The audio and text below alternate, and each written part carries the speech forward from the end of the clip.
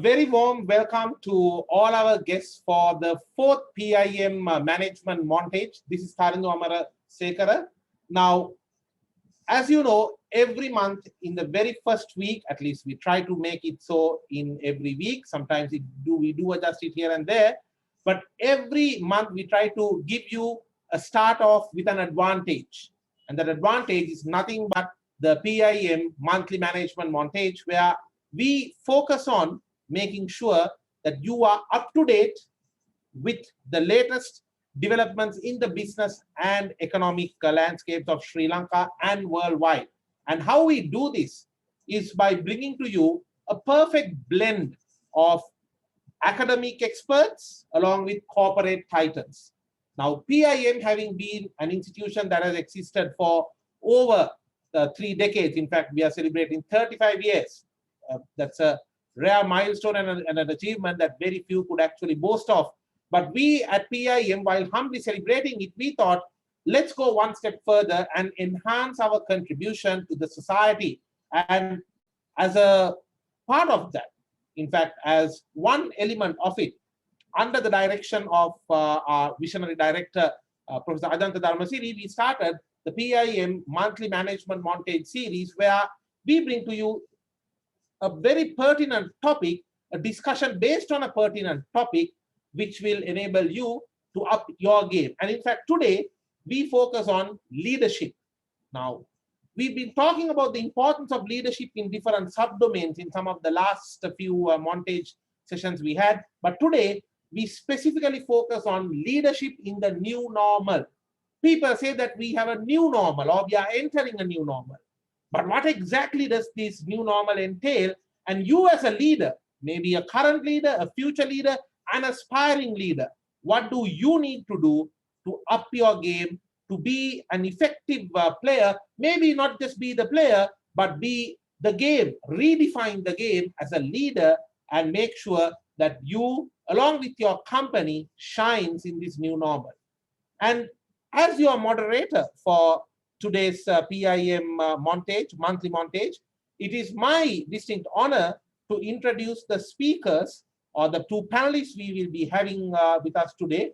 They will be joining us shortly, but in the meanwhile, to save some time as well, I will take this occasion to introduce the 2 speakers to you. And mind you, both speakers today are indeed what we can define as power-packed, heavyweight champions in their own domain. So let me first introduce to you Professor Ajanta Dharmasiri. Professor Ajanta Dharmasiri is a conference speaker, corporate trainer, strategy consultant, author, and an academic. He has a rare combination of being a chartered HR professional, chartered electrical engineer, and a chartered fellow of the Management Institute, CMI UK. He's also the director and chairman of the board of management of the PIM, and he's a past president of the CIPM Sri Lanka, and also was the vice president of the Asia Pacific Federation of Human Resource Management. He's an adjunct professor at the Price College Business, University of Oklahoma. And at the same time, he's also the editor of the pioneering Sri Lankan Journal of Management, which is a research publication product. In fact, it's a product that showcases to the world the research powers of Sri Lankans. And he's also a Commonwealth Amdisa Doctoral Fellow, Fulbright Postdoctoral Fellow, and a Commonwealth Postdoctoral Fellow as well, while he also serves as an independent director of several boards and serves in several governing councils. I think that itself simply goes on to show the wealth of knowledge that he has, and he will be sharing with us today. You might see a slight twist of roles today, my friends. Usually we have the presence of Professor as a moderator for these panel discussions, but today he will be on the hot seat, and it is he who we will be asking I will be having the honor of asking the questions from. And while we have Mr. Ravi Jayawardena joining us, I believe we can start off the session with the individual whom I had the honor of introducing short while back, Professor Ajanta Dharmasiri, Director of PIM, Welcome to the monthly montage sir. Thank you very much, Tarindu. Ayubowan, Wanakam, Assalamu alaikum. Good evening to all those who have joined virtually for this online discussion series. Tarindu, I felt your description was larger than life, where now I have to live up to the expectations. And thank you very much for initiating this wonderful concept of a monthly montage. And now I think we are moving ahead steadily with various aspects being covered on a monthly basis. But today, I think, as you rightly said, the reason why we switched roles is for a very particular reason where I would like to share something which is close to my heart, which has worked well in the past few years, where, in fact, I had been teaching leadership for a long time. I had been resorting to textbook examples, textbook definitions, textbook models and theories and theories and theories. But I realized during past 6.5 years, leadership is far more authentic in order to discover. It's so precious to discover and to experience in your own life. So today, I'm humbly happy that I can share plenty of things that I've learned in a hard way, sometimes having burnt my fingers. And there were lots of frustrations. At the same time, a lot of fanfare. So it basically is about the journey that I would consider in terms of learning what leadership is all about and demonstrating that in daily life, and also to ensure that you do the needful with regard to the expected results or the expected performance. So I hope, Tarindu, that will give the setting for us to move ahead. Absolutely, sir. Absolutely. And there is no doubt that not only you will meet the expectation, but as always, you will raise the bar, because that is your trademark move in the game of corporate strategy and leadership. Sir, I would like to start off by asking you a very simple question. It looks simple to me, but I'm sure you'll have multiple angles or perspectives to express your views on this. Now we speak about this term new normal. How is leadership different in the new normal, or for that matter, is it any different? Well, Tarindu, that's a great question. I think that summarizes the core of today's discussion. I would say there's a changeless core which would remain as it is with regard to old normal and the new normal. But at the same time, the new normal has brought in some priorities, some imperatives, some essential necessities for any leader to stretch the boundaries of leadership, the demarcations of traditional leadership. So in that sense, new leadership demands a new kind of leadership in order to ensure that you have your survival and success. But whilst remaining some of the fundamentals of any typical leadership is all about. So let me start from that. So I would say leadership is essentially about triple I's: inspiring, influencing, and initiating. You inspire from the words, you influence from the deeds, and you initiate the seeds that you sow for better improvements.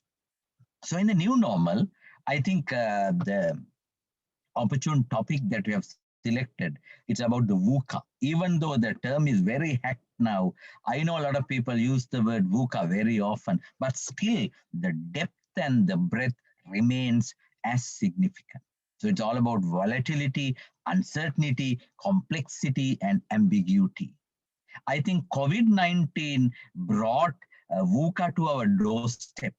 If I remember last year, middle of March in Sri Lanka, when we had the Wuhan incident happening in late December and early January, and when we saw it was spreading to the rest of the world, and then we really saw the real nature of it from March onwards, from middle of the March, and where we had the interesting way of dealing with it.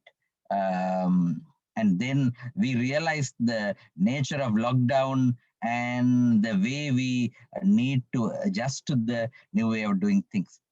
I think the main thing is how you respond to the VUCA: volatility, uncertainty, complexity, and ambiguity. And as I had been telling in many conferences, we need a new type of VUCA. I would call it VUCA 2.0 in response to the VUCA 1.0. So it's all about vision, understanding, confidence, and agility. I think this forms the basis, Tarindu, for the new leadership required in the new normal.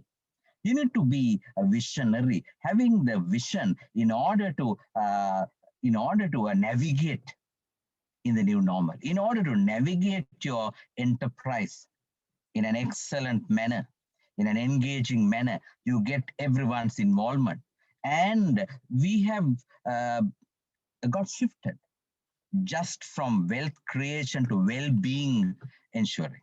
So earlier it was more wealth conscious leaders.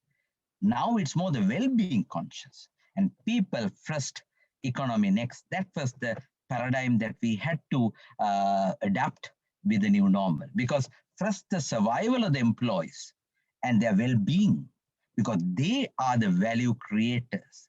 If the employee well-being is not taken care of, they can't be treated like slaves, and you can't expect creativity, productivity from slaves. They will just execute and not the way you expect. So I would say the main change from old normal to new normal is the people factor coming to the forefront. So the new normal leader has to be a people leader, a people focused leader, people centric leader. So that's the whole idea. So it's all about people focus. So people drive business. So leaders have to realize that they can't underestimate the most precious resource in any organization. That is people, people, and people. People become productive in producing the value. It's all about a value creation. It's all about a value enhancement. It's all about value upliftment of any organization. So this realization has brought in a new dimension to leadership. Leaders have to be humane. They have to ensure that they develop their people handling skills. It's ironical, Tarandu, sometimes we see in the annual reports, people are my most valuable assets, and that has become a hacked statement, but in reality, they are treated more like liabilities. So that double game is no more valid. That hypocrisy will have no currency in the new normal. So it is the leaders have to be humane. The approach towards producing humane results by working with people, collaborating to ensure their commitment is absolute must. Second H, I would say, is humble. Leaders can't stay in edifices with their egoistic mindset.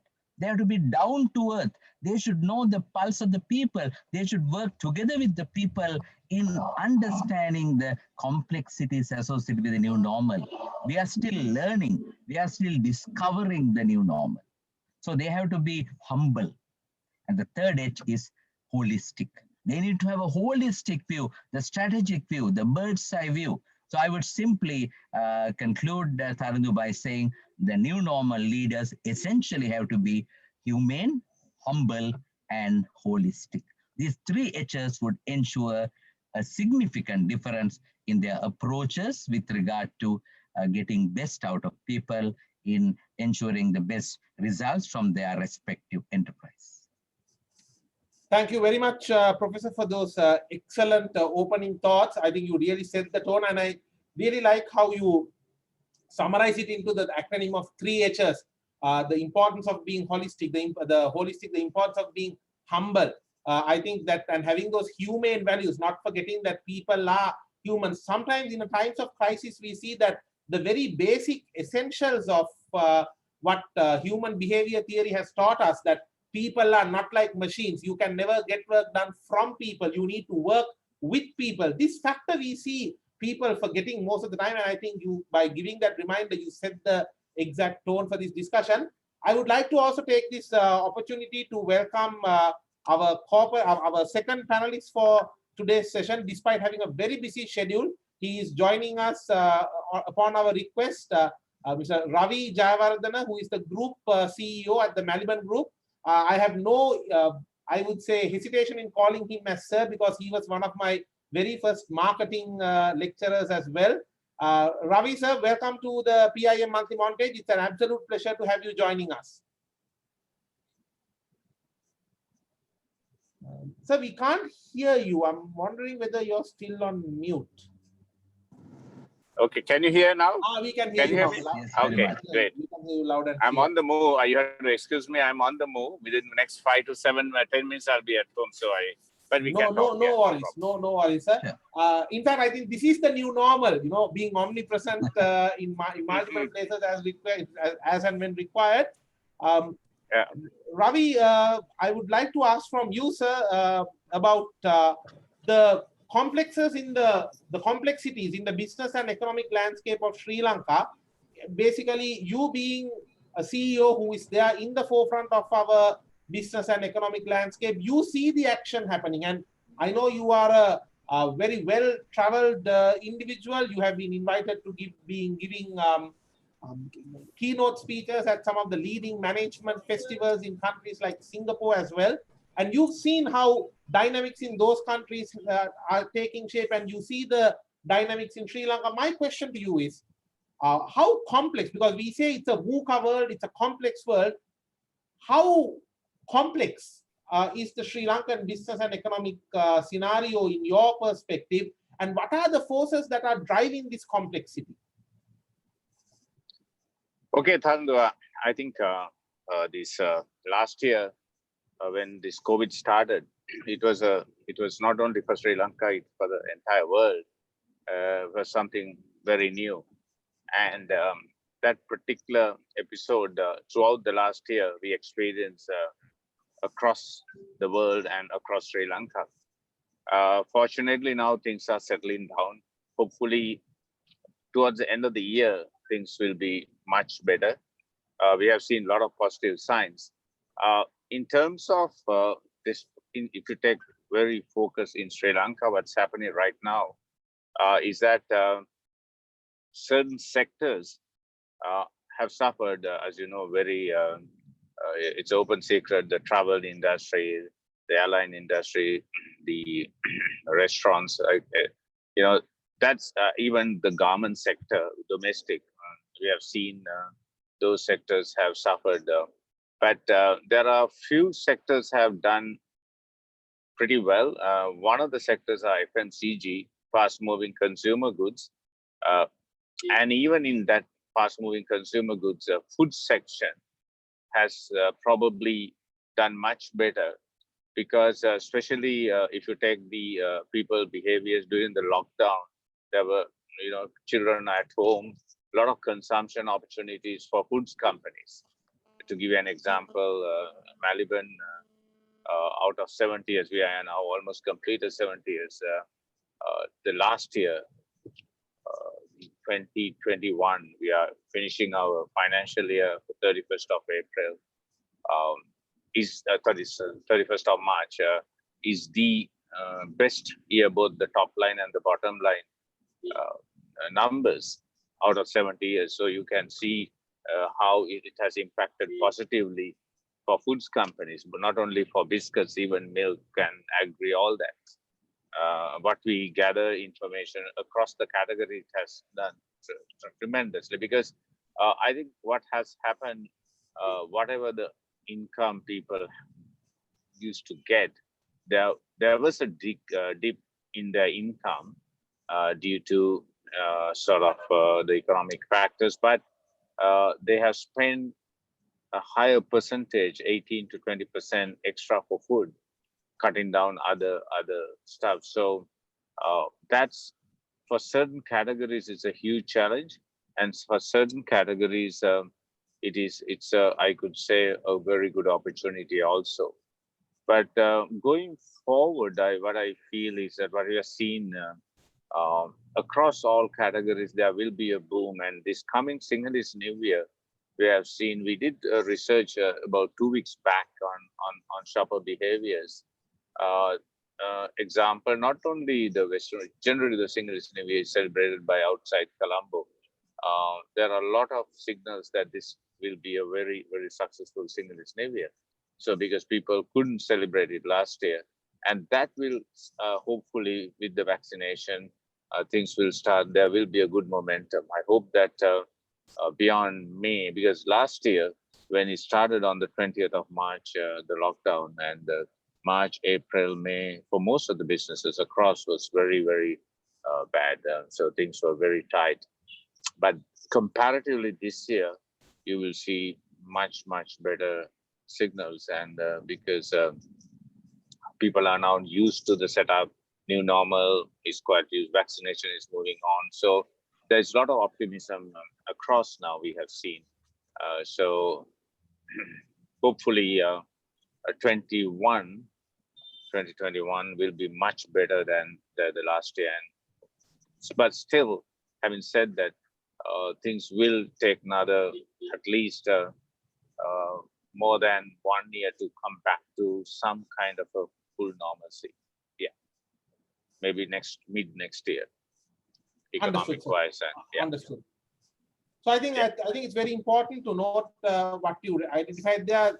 I think the fact that we can't, like, in total write this entire time period down saying it's a bad time for every business and stick to one playbook strategy, that's not possible, because as you very correctly said from your own experience, Maliban being, I would say, an iconic corporation of Sri Lanka, has had its best, probably the best year in the time which we tend to sometimes define as a very tough year. So I think there would have definitely been a lot of strategies also taken during that time period to make the most of the situation, which we will come to as we move along. But thank you very much, sir, for sharing your thoughts on the factors which will create which will create the dynamics of our economy. And as you very correctly said, it's indeed encouraging to hear that the shoppers, the customers are showing a lot of positive signs and optimism with regard to some of the seasonal celebrations as well. Because I saw today a very interesting Facebook post that 1 year back today, was March 4th, was, I think we started to identify some of the COVID patients, and some of the clusters and all were becoming clear somewhere around the 5th of March last year. So 1 year back today was the last day of the normal life we knew. So we are in some way or the other, we are celebrating more of an anniversary today as well, in that sense. Yeah. Professor, I would like to come to you on the next question, sir.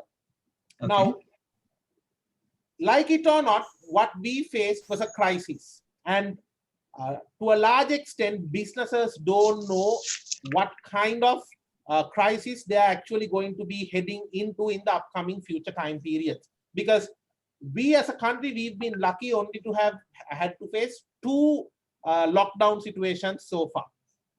Of course, the second one was quite prolonged. Whereas if you look at countries like Hong Kong, they've gone into like 4 lockdowns. UK, I believe, is in their 3rd lockdown. Netherlands is in their almost 5th lockdown. Now, my question to you is, sir, looks like crisis situations are going to be more of the norm and less of the exception into the future.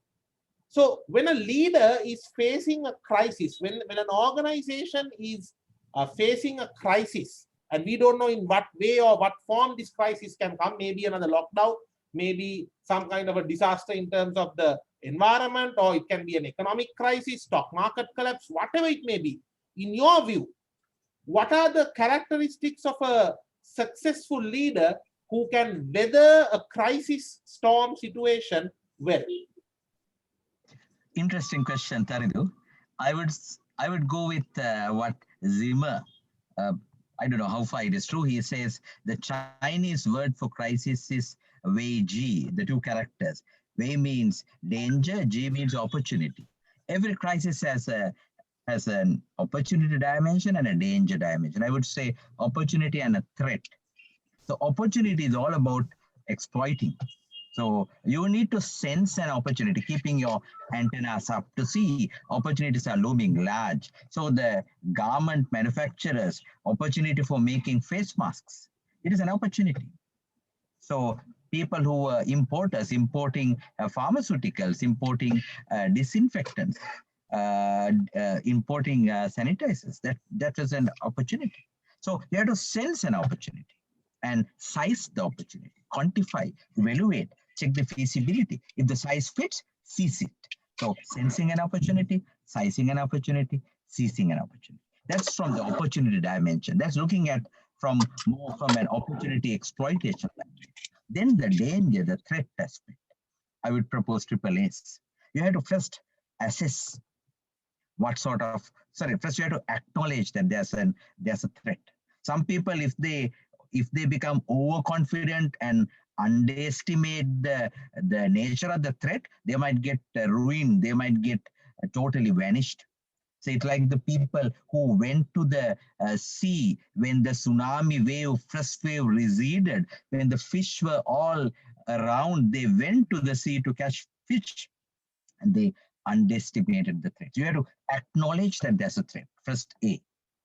Second is you have to assess the threat, the level of threat. Is it a high threat, medium threat, or a low threat? And you have to act accordingly. Then the third is address the threat. So acknowledge the threat, assess the threat, and address the threat. I think the best example is coming from the aviation and a typical airline pilot.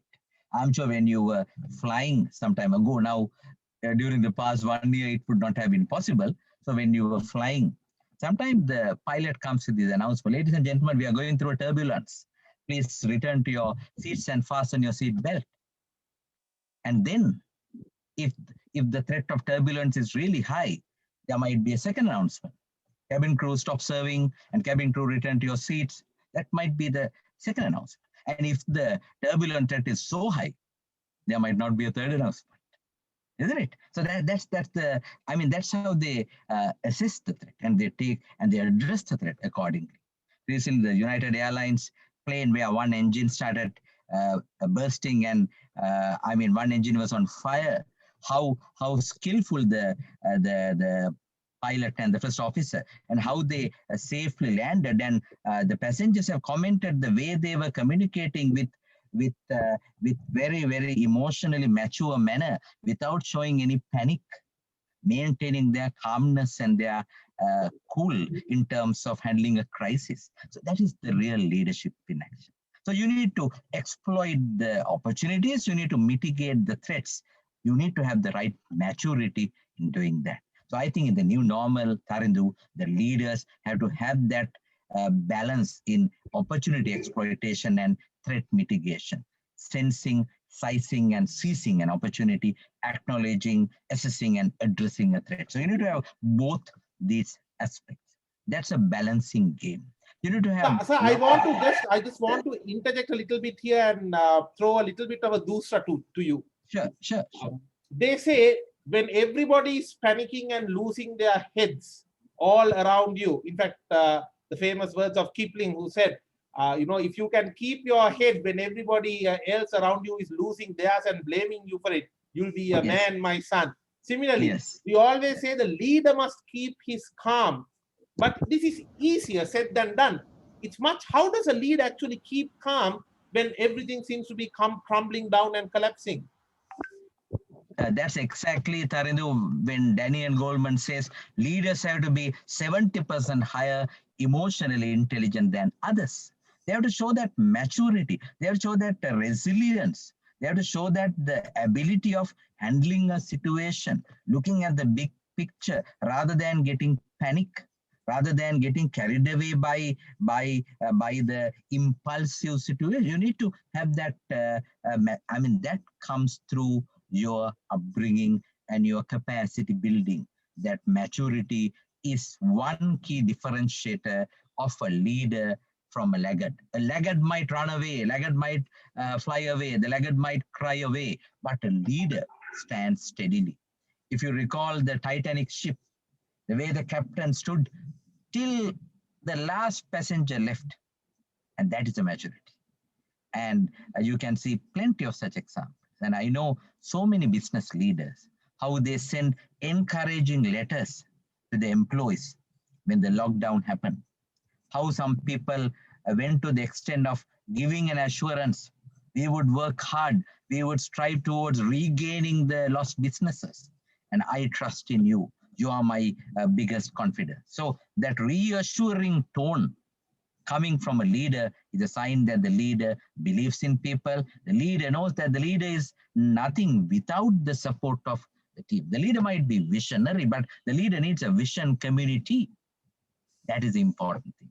So you need to, I mean, as rightly said, it's easier said than done. If you become an opportunistic, selfish, short-term oriented, just money-minded person, it's a tough call. It's a tough call.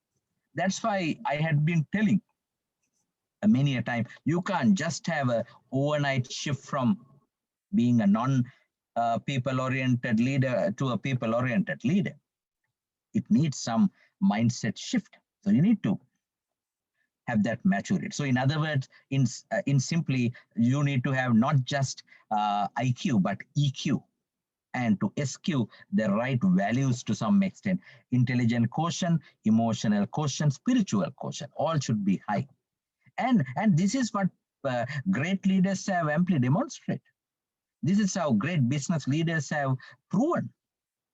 And you could have heard a lot of them talking during the peak of pandemic, how they trusted people, how they worked with people, how they are going through the crisis, how they are navigating through the global pandemic, and how they are showing the resilience towards a revival. So it is possible, Tarandu, and there are living examples how people have done that from East and West alike. For example, Ratan Tata, a leading business luminary from India, how he recently claimed the way he was trusting his people, the way he was utilizing his people, the way he was motivating his people to ensure the revival of his business enterprise. Huge conglomerate, a diversified conglomerate, a large businesses coming under his umbrella, how he gave that inspirational leadership. There are plenty of such examples. Noted, sir. Noted. We will now move on into our other panelist, Sir Ravi Jayawardena. Ravi, sir, I believe you are with us. Yeah, sure. Question to you. Actually, this question was sent to us prior to the session as well by a student of our MBA program from Bahrain and Qatar, and he wanted this to be directed at our corporate panelist. Leadership is also about innovation, and in a new normal, when funds or opportunities are at a premium, basically you have to be very selective because funds are scarce. Companies are being asked to be conservative with regard to their spending. In a situation like this, how do you pick the right innovation to focus on? Because though we hear so many success stories about innovation, there are a plethora of instances where money has been just spent on non-strategic, non-corporate aligned projects of so-called innovation, and where the fingers and the cash gets burnt. From your experience, your leading Maliban is known for its innovation. How do you make sure your innovation bears fruit and it doesn't end up burning a hole through your, I would say, your bank account? Tandu, what we have done, especially last year or even this year, our next 3-year plan in terms of investments for new projects. One of the fundamentals we always stick to is that we stick to our core business. So we are in biscuits, of course, though we are in milk and agri. Primarily, our strong point is biscuits. That's our core business. So our investments, first we focused on how to improve our efficiency in machinery. That's number one within the local sort of location in Sri Lanka, and then expanding outside Sri Lanka. We are going to open up 2 more factories outside Sri Lanka first time. So that's within the biscuit category. So it's very important for a company, whether there is crisis or no crisis, that in your expansion in terms of going for new, is that sticking to your core business. And that's something Maliban we have been doing it quite successfully. Secondly, the second business, agri and dairy, which is again very much number 2 and 3. Milk is coming number 2 and agri is number 3. So in our strategic planning process, in terms of innovation and investments, we decided to expand it further, because this year, 21, 22, and the coming 3-year plan. Just give me a tick. I'll just put the light on. Right. Okay. Sorry. Uh,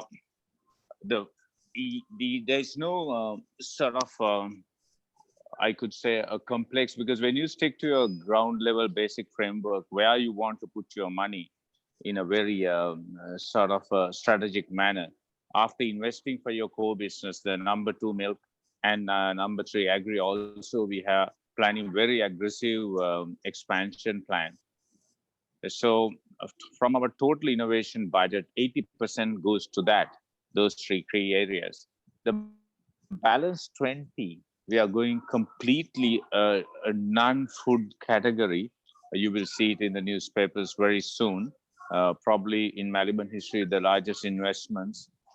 So will happen that, and we will be announcing it officially in about 45 days time. So that is completely a non-food business, because Melbourne has been in foods for the last 70 years. So it's not only my decision when we sit with the board, with the senior team, when we do our 3-year strategic plan. It is very important that technically, when you go through a crisis, you will be a bit careful in terms of your expand, whether you want to expand it or not to expand it. But fortunately for us, we are pretty, the last year was pretty good. Even if you go back 3 years, when things were not so good, still we invested for the future. So it's very important. As a company, you have to invest for the, sometimes if you take, I don't want to mention certain company names, there are some company, if you really expand it horizontally, the expansion itself can kill you. So it's very important that when you're expanding, you have to expand in a manner where the sustainability of the overall organization. One of the key things to do that is to stick to your core business. Because I work for Unilever and Coca-Cola. Coke, if I take Coca-Cola as an example, Coke has, it's the number 1 FMCG brand in the world, but it's there in about 190 countries. 180 plus countries. They are sticking to the beverage landscape. The expansion is only in the beverage landscape. They bought over Costa tea. If you take in carbon, they call it now carbonated, not this is sparkling drinks. They are number 1. In water, they are number 2 to Nestle. Their fruit juices, Minute Maid, they are number 1 in the world. Coffee, they were number about 4, 5, but they bought Costa, the British chain, to compete with Starbucks. Now they're number 2. So it's very much sticking to their core business. So it's very important that that's when you're expanding, you stick to your core business and expand it. And then whether it's in a crisis situation or no crisis situation, this crisis situation, the economic situation, business going down is a temporary thing. So you should not change your strategy much in terms of expansion. But the biggest, what I've seen in most of the time, local companies, when they have extra plenty of money, they go for areas which is completely, diversification is so non-related, because every time you go to a new area of business, the competition is different. Dynamics are different, expertise are different. So you will lose your core competency advantage. And then it's sort of, there's a severe drainage of funds and energy and time. That's where the issue is. Coca-Cola will not make some manufacture shoes, for example. They easily can be they can compete with Nike. if they're getting into this thing, but they know it's a very, very painful task. So that's something which I want to stress the fact of when you do innovation and expansion under any circumstances, it is very important to, they call it, stick to your strengths and to your core areas. And even the first time when you're going for non-food is very relevant to the Sri Lankan context. And absolutely, we had so many meetings brainstorming, why should we go to this? And when we see the risk factor is almost very, very low. So that's why we took that decision. I personally feel the decision we took getting into the non-food for the first time, that particular category is very, very good one. Yeah, I hope. We definitely we are quite happy to hear that, Ravi sir, and we wish you and the team at Melbourne all the best with that venture. And we are excited to hear because you definitely said so much about it, but you kept the curiosity high, and now you have left us more curious. 45 days more to hear what this is going to be about. Coming back to Professor Ajanta, sir, in terms of this term VUCA, now we hear this term VUCA echoing in so many business circles. What exactly is VUCA about, and what's the reply towards handling a VUCA business world? What should be the response from a business leader to face the forces brought upon him or her by a VUCA business world? I think, Tarindu, I partially answered your question earlier when I mentioned VUCA 2.0 is all about vision, understanding, confidence and agility. I think having listened to Ravi, my good friend, and again a prestigious PIM alumnus, I think one purpose, Tarindu, as we discussed at the very beginning in the monthly montage, is to showcase premier PIM products who are leading CEOs. And I think they have demonstrated.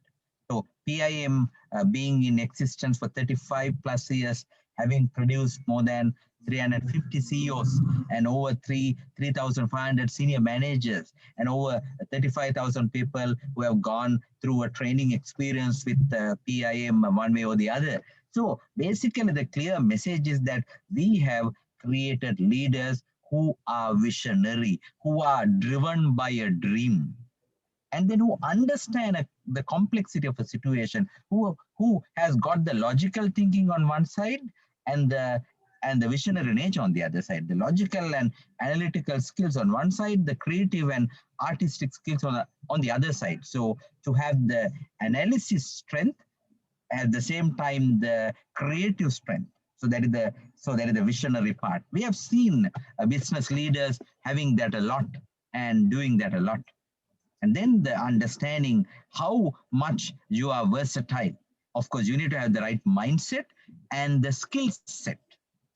That's why we say you need to be very sharp on your analytics, the logical side of your brain. The left side of the brain should be very much attuned. And then you need to be creative. So it's a combination of information and intuition. Sometimes information will get you somewhere and it gets stuck. Then your intuition begins. That's where we say entrepreneurs are using more intuition than information. So you need to have that healthy blend. And we see this in the business world. And then a confidence. That is something extremely important. When the going gets tough gets going, we say this, but this is the right testing time for that. Confidence. People who believe in their capabilities, people who believe in their decisions, people who believe in their initiatives, having confidence in what you do rather than being vague, rather than being unclear, rather than being wishy-washy. No, have the confidence. It comes from the deep psychological outfit of you. They say the efficacy, one's belief about one's ability. And then, Tarindu, the psychologists say the biggest fear people have is FOF, fear of failure. Fear of failure. You are scared that you would fail. You are scared that you would be unsuccessful. You are scared that others will blame you for your failure. So you need to have that right confidence with regard to taking the right decision, given the constraints, given all the challenges.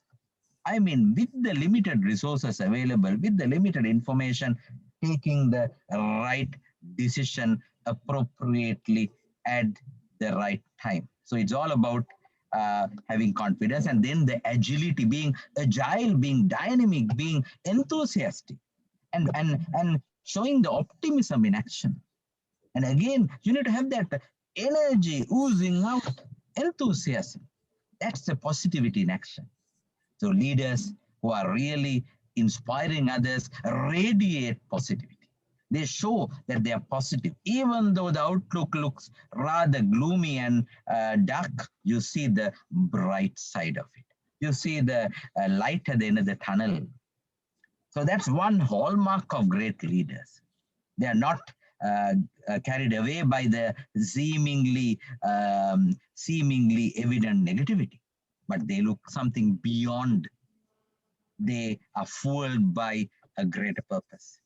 They are passionate about pursuing a purpose. So there are plenty of examples I can give. So this is where I would say the new VUCA is becoming pertinent, relevant, and very much a key active ingredient with regard to success. So this is exactly what we need for us to move ahead, Tarindu.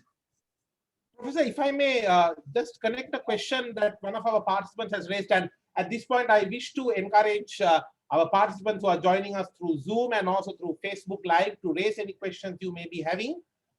Professor, the question being raised here is how does a leader manage so many different areas at one time? Because gone are the days where you can focus on annual reporting the first 3 months, a new marketing campaign in the next 3 months. That time is now gone.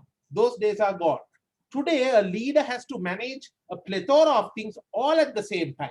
And that creates more stress, I believe, on leadership positions. What is your advice to such people? Maybe not top-level corporate leaders. This might be even for a team leader. You have to get your targets achieved. You have to keep your people happy. You have to keep the customer happy. So many things to look at and keep under control at the same time. How does one do it? Well, Tarindu, then I think that's a good opportunity to share my experience. 3 things. One is to create the climate where people become empowered leaders.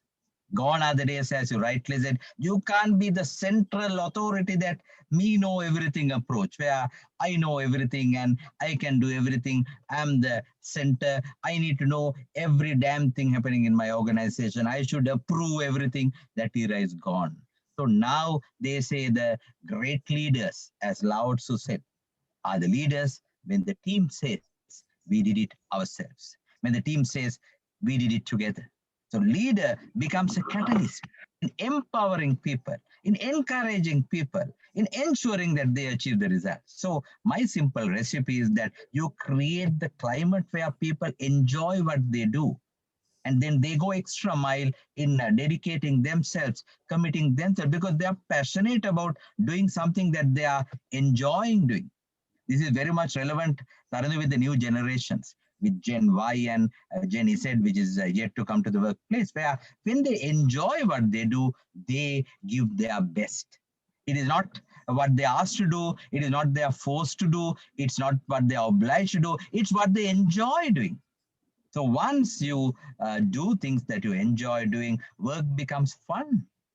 And work becomes something really, really enjoyable, lovable.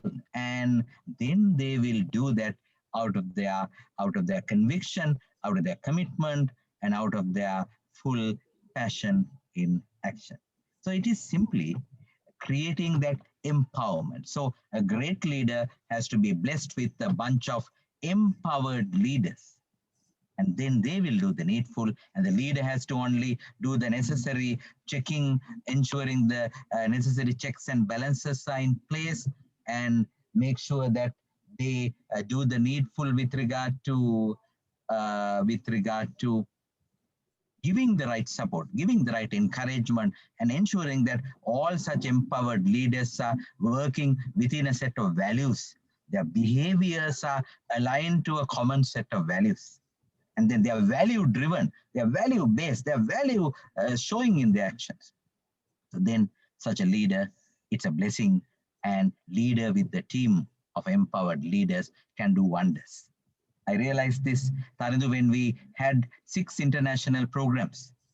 And I'm very happy to say PIM has introduced MBA to 6 international destinations. And when I had to go and launch them, when I had to travel extensively, I didn't have to bother by calling hourly to check what's going on at PIM main premises in Colombo and to see whether things are in order. When I delegate to the right caliber people, when I trust them and they trust me, and when they show their fullest commitment, that is a blessing of a leader. And then you can achieve a lot of things, which you cannot do when you want to control everything in a rigid manner. When you decentralize, when you open it up, when you create the climate where people enjoy what they do. That's why I say my simple analogy of leader is that a leader is a climate creator, creating of a climate where people enjoy doing what makes them happy. And that in turn makes them passionate towards a purpose. That's how I would look at it. Some excellent thoughts there, as always. I would like to come to the final question for Mr. Ravi Jayawardena as well. So, yeah. Now, yes, from a more personal level, if you look at yourself, you spoke about your experiences in the company, and as always, you brought the colorful examples about some of the global brands and the local brands, which we are indeed grateful for. This question is more towards not the CEO of Melbourne, but to Ravi Jayawardena himself. As an individual, how did you change your leadership style or leadership tactics as the environment became an unprecedented one? Because obviously, even in your corporate life, the last year, when all of a sudden there was a lockdown, people are asked to stay at home, would have been quite a different or unique experience to you as well. How did you change your leadership style to fit this new normal that we are living in? People staying at home. I believe even for you, some of your staff members may be working from home. Your factory workers are at the factory. There's a lot of confusion. There's a lot of, I would say, unprecedented experiences for you as well in leading people. How did Ravi Jayawardena change his leadership style to match these situations? Or did you not change your style? Up to you to explain to us. Tandu, what exactly happened last year when I think in March when the lockdown happens, it was quite a new experience even to me in that context, not only sort of the entire Melbourne team and for the entire Sri Lanka and the world. One of the things I was very, very keen to do is that there are a lot of unknown factors. And, if you take the COVID, how many people are having it, the spread, the thing, what is the core reason, how it spreads, everything, there were a lot of questions. And those are things that is beyond our control. Okay, whenever you put the TV, you see there's, almost 90-95% about COVID. So there's a lot of new knowledge also coming up. But when myself, the chairman, the MD, when we decided there's one way to go, that way is that, okay, we must not waste our energy about things that we don't have any control. For example, tomorrow lockdown for 1 week is beyond our control. That's done by the government due to valid reasons. So we try to be on top of things that we can control. In a crisis, that is very crucial. So that's number one. Number two, we should have a very positive frame of mind. And to get into that positive frame of mind, one thing we decided is that we call all the sectional leaders. We had an emergency meeting on the 20th of March, and we told them, don't worry. There are a lot of things happening. When you put the TV, radio, press, you see 95% negative stuff, all fear factor stuff. Don't worry, you will not lose the job. Nobody we are asking to go home. We will play the game in such a manner. We'll protect the company, we'll protect your family. The number one is that you don't have to worry about losing your job. Not only losing your job, there won't be any salary cuts. There won't be any income cuts. So we go through 1 month lockdown, 2 month lockdown, it doesn't matter for us.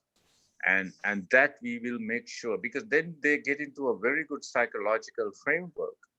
Oh my God. So that's something which is real. So we said, therefore, look after your family. Health is number one. Don't worry about your income. And then number two, we said, okay, we try to do, because most of our girls, we are having about 2,500 girls in the factory, and they were outside Colombo. They have gone out for their vacation, and we had a very strong challenge to bring them back for production. I think I'm very proud to say, and in a conventional line, because there was a district closure, you cannot cross the district. So we spoke to the army, we spoke to the health authorities within a framework, within the health framework. We didn't cross any, because with the PHIs, all the health and the police and the military, all three together, we explained we had to start the production, we had to bring the girls. They supported us officially, because that's an important thing within the health guidelines. We brought them back, and it was a big challenge. And a lot of people initially thought, no, this is impossible to do. We will wait till these things get settled down at least for 2 weeks. We said, no way. And we were very, very at a leadership level, strongly saying, no, please, we have to do the production, because we didn't have any stocks. Our sales, just our distributors were saying no stocks to sell. There was a lot of panic buying. Supermarket shelves were empty, retailers were empty. So we had to immediately start production, and so we did everything possible uh, to start the production. Around 24th or around 26th, we started the production. We didn't have production for about 4 to 5 days. But I'm very happy to say, I think we are one company who bounced back very quickly. And we organized lodging for these people who are working in the factory, so food, transportation, everything. We protected them. And that was the start of a journey.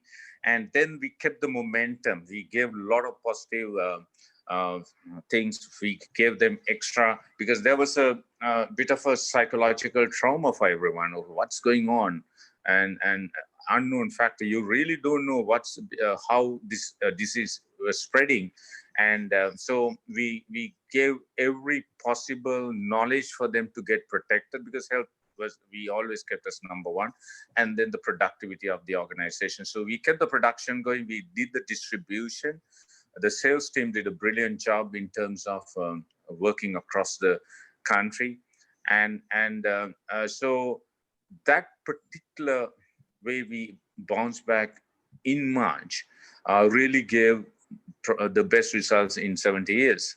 So it's not I don't think it's something really, if you really see what are the key factors why we were so successful, it's completely teamwork, and then the completely working in a very positive frame of mind, when around you, whatever thing you talk is all negative stuff. And it's pretty unfortunate, not only our local media, you see the international media, everything, 90-95% COVID people are dying, getting sick.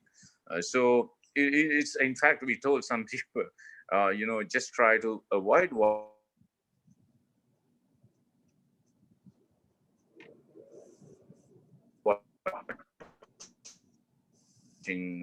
TV ads and of negative, all non-negative things. So it was so bad. I think now things are settling down to a great extent.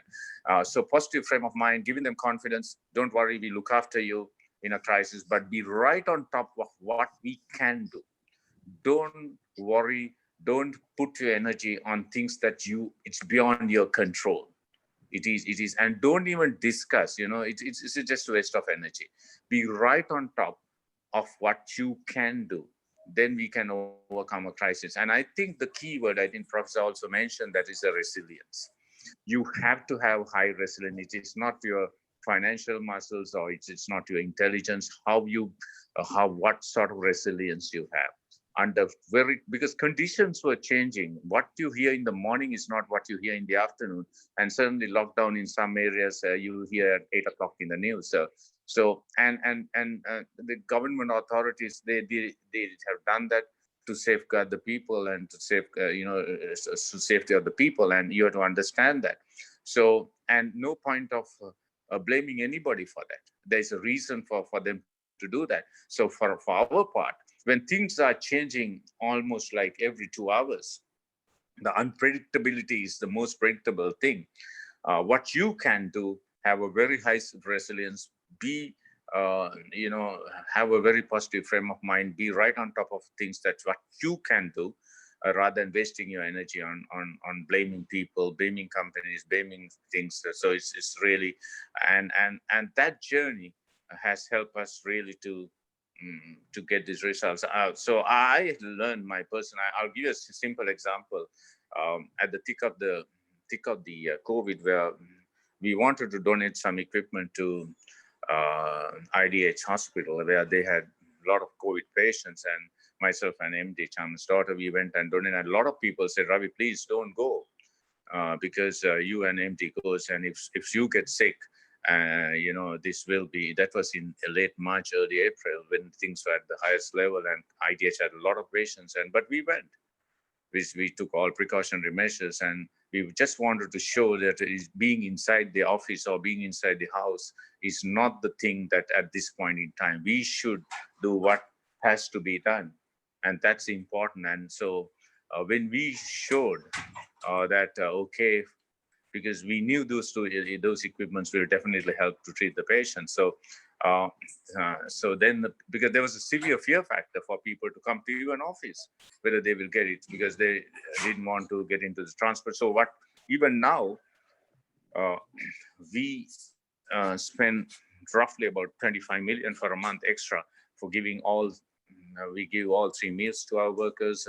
The transportation we spend for their lodging. We put all protective measures to protect them from this COVID virus, because to keep the production going, and it has to be done. You can't take shortcuts. I'm happy to say that we are the first company to get the COVID certification, SLSI certification for COVID prevention measures.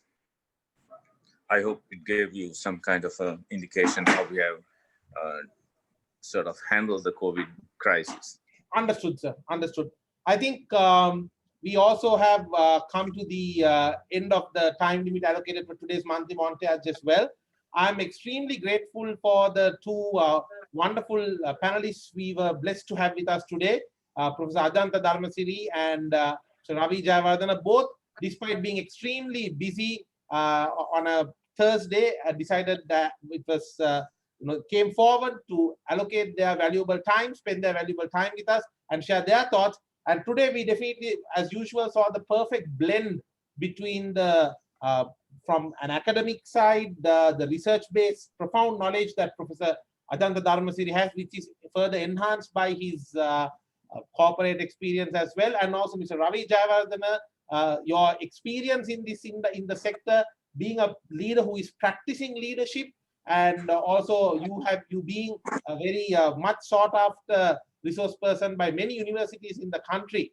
Your natural teaching ability, which it took me back to for many years when I was a student of marketing under you, sir, and how you managed to complement your experience with that your natural teaching ability. And both of you gentlemen, I'm extremely grateful on behalf of all the participants we had today on Facebook as well as on Zoom for spending this valuable time and sharing your insights and expertise with us. Thank you very much. Thank you, Tarandu, for the extra thing. And Ravi, thank you for showing your dynamism, even while driving, or rather even while being driven, you connected with us. That shows the power of technology. For me, it's a wonderful experience.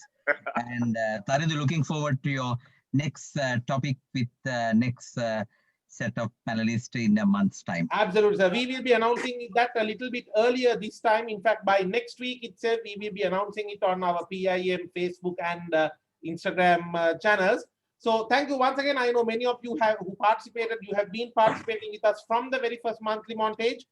Do continue to be with us, because enriching, empowering, and enhancing your abilities and skills and making you a better leader, a better business professional, and I would say a better manager is definitely our aim at PIM as the nation's management mentor, as always.